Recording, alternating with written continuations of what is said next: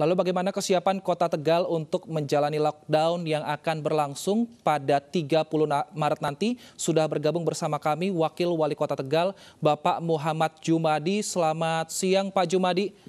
Selamat siang, Assalamualaikum warahmatullahi wabarakatuh, salam sehat. Salam sehat Pak. Pak, apa yang menjadi dasar bagi pemerintah Kota Tegal untuk melockdown Kota Tegal Pak? Baik, terima kasih. Perlu saya sampaikan apa yang Pak Wali kemarin sampaikan tentang lokal lockdown adalah itu semacam isolasi wilayah atau karantina wilayah. Kenapa begitu? Karena kemarin kita melihat satu pasien yang positif itu karena si pasien ini pulang dari Abu Dhabi. Terlihat di sini bandara, stasiun, berarti kan tidak well prepare. Seorang yang sakit bisa lolos sampai ke Kota Tegal. Akhirnya Kota Tegal yang menjadi problem karena ada yang positif. Nah, yang dimaksud dengan lokal lockdown adalah karantina wilayah. Jadi ini inline dengan programnya pemerintah pusat dan pemerintah provinsi.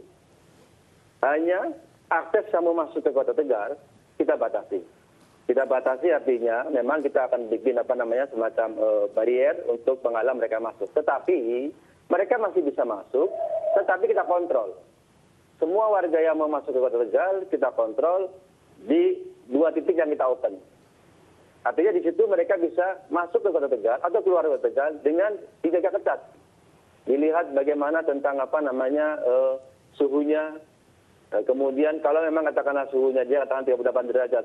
Tentu saja kita harus waspada, langsung si orang tersebut kita antisipasi dimasukkan ke dalam ambulan dibawa ke rumah sakit. Nanti seperti itu.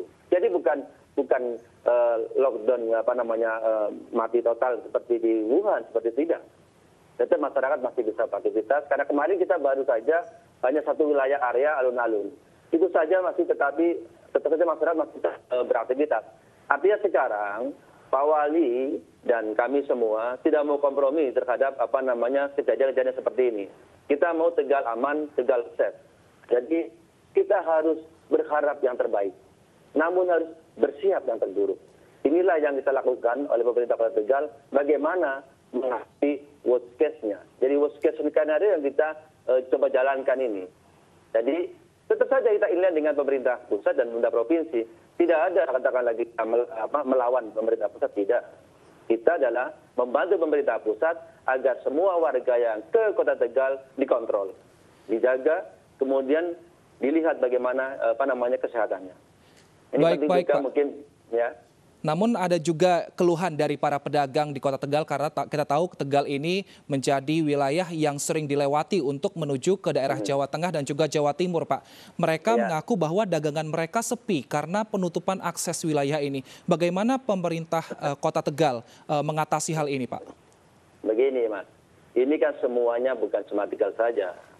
Tanpa ada seperti ini pun pasti akan ada impact-nya terhadap ekonomi.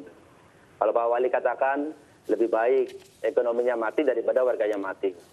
Lebih baik kita dibenci daripada rakyatnya meninggal ke mati. Jadi tolong diambil sisi positifnya. Pasti semua kena impact, pasti semua kena dampak. Tetapi mesti dipahami bersama, ini bukan sekedar wabah yang biasa-biasa saja. Ini wabah yang luar biasa. Jadi kita harus tahu juga kondisi yang real di masyarakat. Masyarakat saya kira memahami ini. Pasti akan ada dampak terhadap ekonomi, dampak terhadap sosial, dampak terhadap semuanya. Itulah kenapa, karena kita tahu seperti itu, makanya kita harus mempersiapkan worst case skenario-nya. Bagaimana? Karena gitu loh, Mas. Pemerintah Kota Tegal kita tahu rumah sakit terbatas, tenaga medis terbatas, APD terbatas, semuanya terbatas. Andaikan ini terjadi sesuatu yang luar biasa, terus kita bisa apa? Untuk itu pemerintah Kota Tegal tidak mau kita tidak siap. Jadi kita mempersiapkan bagaimana worst case skenario-nya. Bagaimana kalau katakanlah nanti rumah sakit tidak menampung. Oke, kita gunakan rumah susun, kita gunakan GOR, kita gunakan sampai sekolah untuk jadikan rumah sakit. Persiapan-persiapan seperti itu yang kita skenariokan. Makanya ini salah satu cara untuk mengurangi resiko itu. Jadi nanti seluruh transportasi yang masuk ke Tegal, katakanlah bis, katakanlah truk, kita langsung keluarkan ke luar Kota Tegal, jadi langsung lewat jalan lingkar luar. Nah, Baik. tapi Kalau katakanlah dia mau masuk Kota Tegal, kita akan cek. Silakan ada pintunya, nanti dicek. Apakah kepentingannya apa ke Kota Tegal? Kalau katakanlah emang mau makan, mau apa, kemudian dalam posisi dia sehat, go ahead, silakan lewat, nggak apa-apa. Tetapi kalau di antara mereka ada yang sakit, ada yang mencurigakan dalam artian suhu badannya, atau flu, atau batuk, ya mohon maaf, kita harus mengawal itu. Jangan Baik, sampai Pak. mereka menulari ke warga Tegal itu.